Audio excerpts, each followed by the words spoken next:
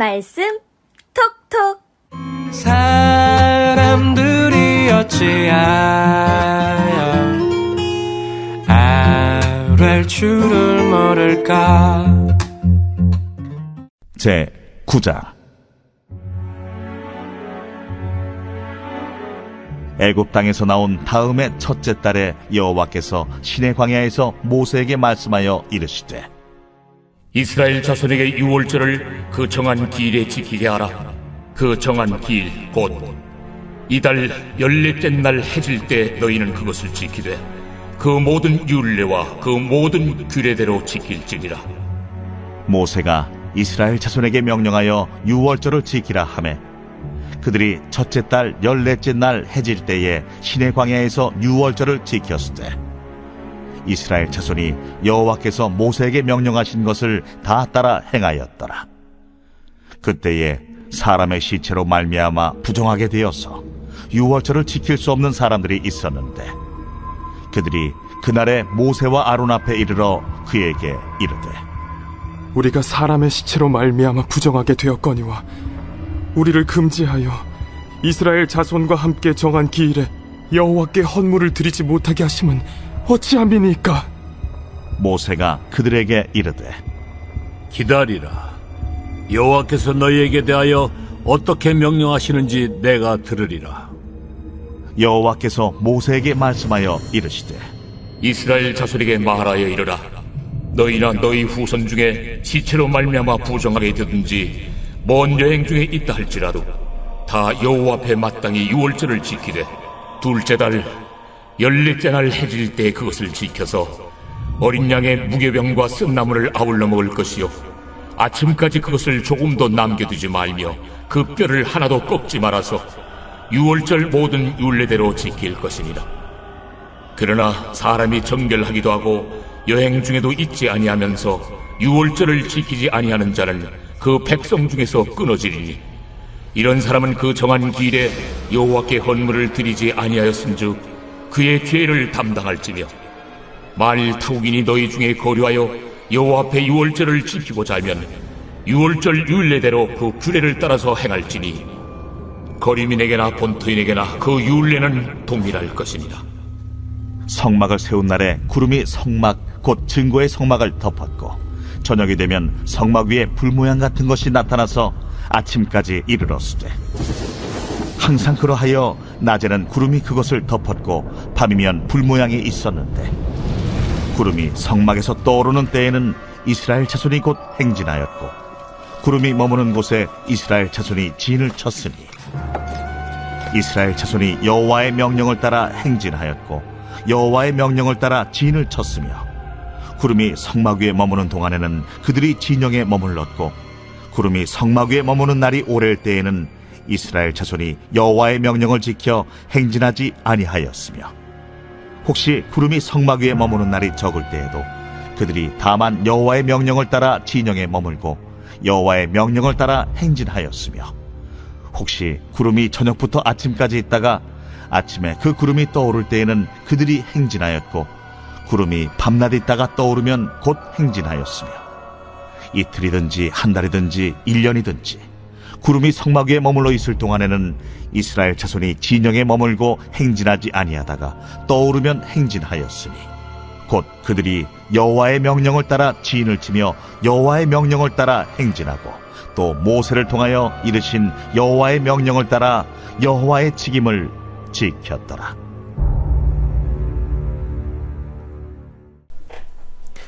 샬롬, 여러분 반갑습니다. 하나님께서 오늘도 좋은 날 저와 여러분에게 허락해 주셨습니다. 기쁜 날 되시고 행복한 날, 또 하나님께서 좋은 일 주시는 그런 복된 날 다 되셨으면 좋겠습니다. 오늘 민수기 9장의 말씀에 보니까 구름기둥 이야기가 나오고 있습니다. 여러분 뉴턴이 발견한 그 관성의 법칙이라는 게 있죠. 그 외부의 힘이 가해지지 않는 한 계속 그대로 있었던 물체는 계속 있으려 하고 또 움직이던 물체는 외부의 힘이 그걸 막아서지 않는 이상 계속 움직이려고 한다. 그런 이제 법칙이죠.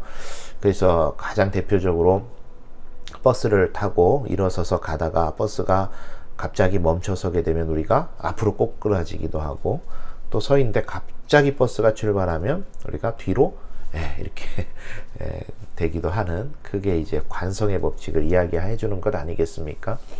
그런데 이런 관성의 법칙이 그럼 물체에만 있는 건 아닌 것 같아요. 가만히 보니까 우리 신앙생활에도 이런 관성의 법칙이 그대로 있다 싶습니다.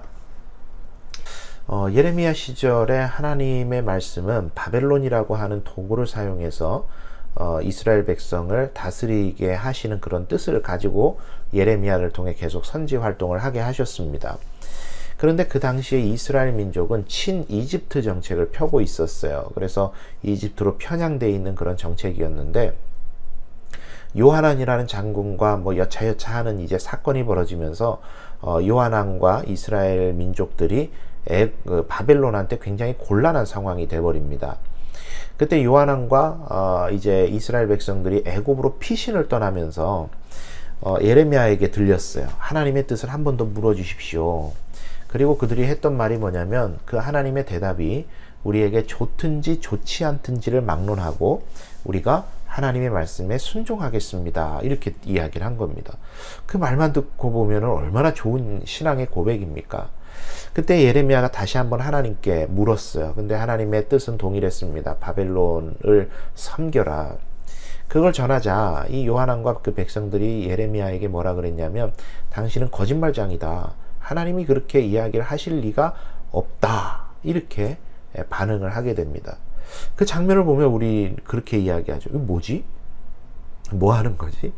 그렇게 말할 때는 언제고, 좋든지 좋지 않든지 순종하겠습니다 할 때는 언제고, 이건 뭐 이렇게 뭐 소위 말해서 개무시하는 그런 처사는 뭐지 싶은 그런 장면이 있죠. 자기 뜻대로 안 되니까 순종 못 하겠다는 거야. 관성의 법칙 아닙니까? 그죠? 내 뜻대로 하겠다는 거예요. 여러분, 오늘 본문에 보면 18, 19절에 보니까 이스라엘 자손이 여호와의 명령을 따라 행진하였고 여호와의 명령을 따라 진을 쳤고, 구름이 성막 위에 머무는 동안에는 그들이 진영에 머물렀고, 구름이 성막 위에 머무는 날이 오래일 때에는 이스라엘 자손이 여호와의 명령을 지켜 행진하지 않았다, 이렇게 이야기를 합니다. 구름이 떠올라요. 챙겨야 될 게 너무 많고 너무 몸이 피곤합니다. 나는 안 가고 싶어요. 주저앉고 싶어요. 그런데 떠오르면 가야 돼요. 열심히 걷다 보니 오늘은 컨디션이 너무 좋습니다. 여기서 조금 더 진도를 빼면 이 우리의 여정이 많이 짧아질 것 같아요. 조금 더 갑시다 하는데 구름 기둥이 서면 서야 되는 거예요. 그게 순종이죠. 우리는 계속 가고 싶은데, 우리는 계속 이 자리에 머물러 있고 싶은데, 구름이 멈추면 서야 되고 구름이 떠오르면 가는 것. 우리는 이렇게 하고 싶지만 말씀이, 구름이 떠오르거나 멈추면 그대로 순종해야 되는 것. 그게 우리의 영적인 관성의 법칙을 거스르는 순종 아니겠습니까? 여러분, 구름기둥과 불기둥은 내비게이션이죠. 우리는 한치 앞밖에는 못 봐요. 그죠? 우리는 볼 수 있는 게 한정돼 있어요. 그렇기 때문에 하나님께서는 구름과 불기둥으로 우리를 인도해 주시는 겁니다. 마치 내비게이션처럼. 요즘 내비게이션 보면은요, 저 앞에 사고 난 것까지 다 내비게이션에 반영이 되지 않습니까? 그래서 길을 찾는단 말이죠. 하나님께서는 저 하늘을 손바닥처럼 내려다 보시면서 그 여정을 가장 선한 길로 인도해 주시는 겁니다. 자, 그런데 우리의 경험하고 이게 자꾸 부딪힙니다. 너무 피곤해요. 너무 컨디션이 좋아요. 그러면서 계속 관성의 법칙이 작동을 하는 거예요. 하나님의 말씀은 가라 그러시는데 자꾸 그냥 있고 싶고, 있으라 그러는데 더 가고 싶은 그런 관성의 법칙이 적용이 되는 거죠. 작동을 하는 겁니다. 그에 대해서 하나님께서 우리에게 요구하시는 게 뭡니까?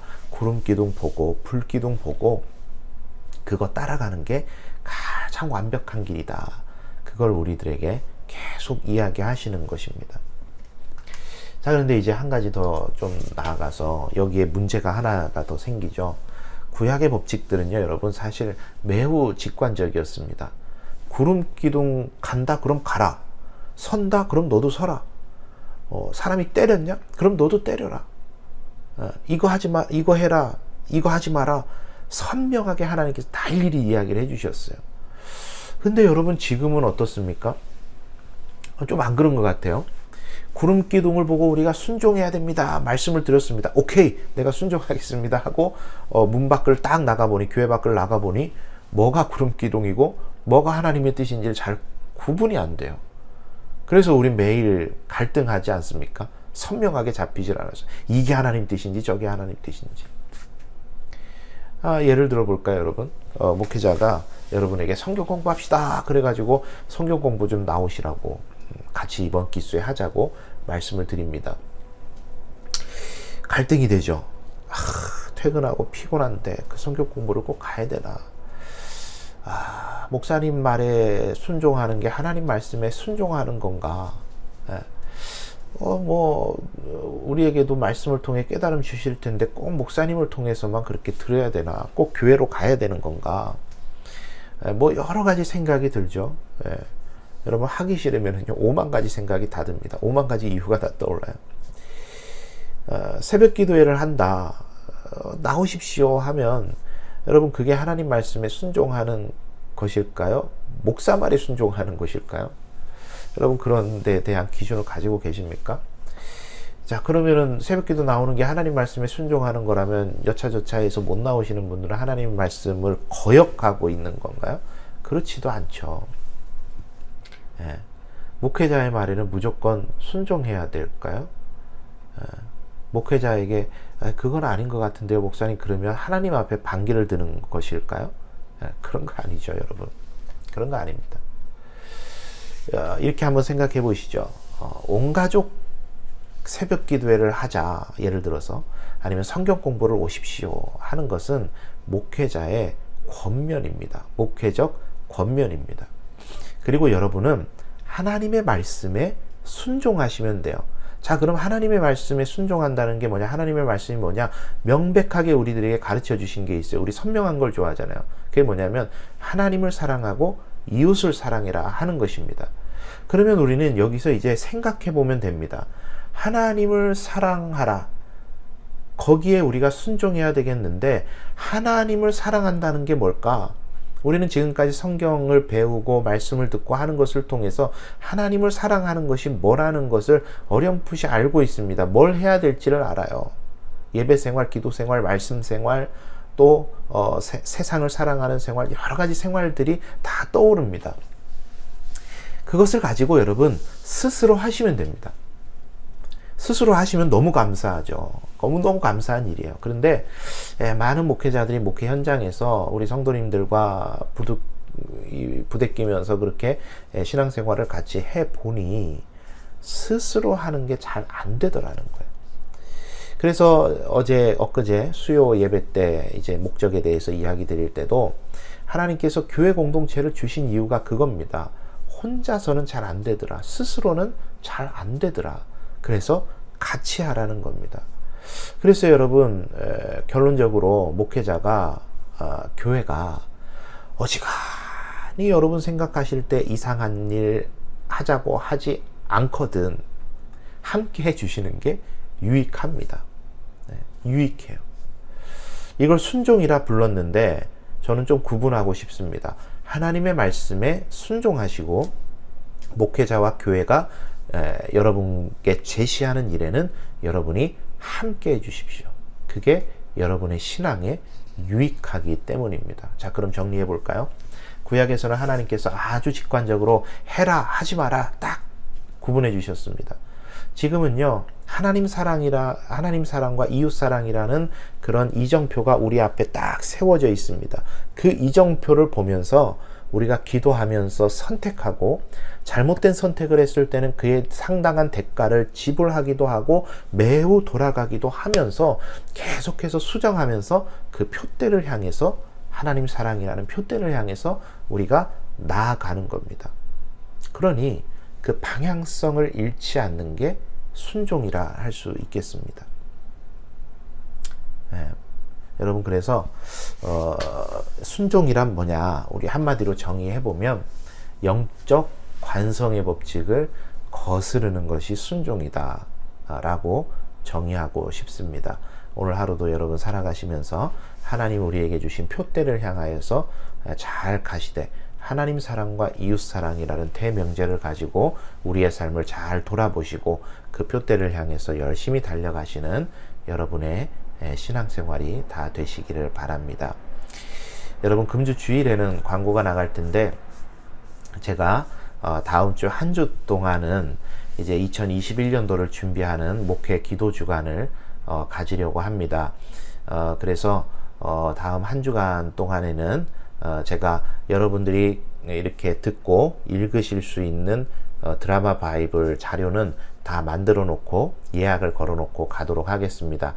다만 제가 말씀 이후에 이렇게 코멘트 하는 것은 다음 주 한 주 동안은 잠깐 쉬었다가 목회 기도 주간 끝나고 그 다음 주부터 다시 또 이어서 말씀 톡톡을 계속 해 나가도록 하겠습니다.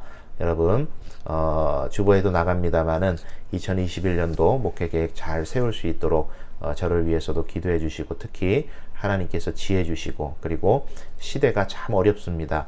이 시대를 읽는 통찰력을 허락해 달라고 기도해 주셔서 목회 계획을 제가 세우는 게 아니라 우리 성도님들의 기도로 함께 세워나가는 그런 시간 되었으면 좋겠습니다. 여러분, 건강하게 계시다가 또 그 다음 주에 뵙도록 하겠습니다. 오늘도 하나님께 부탁드립니다.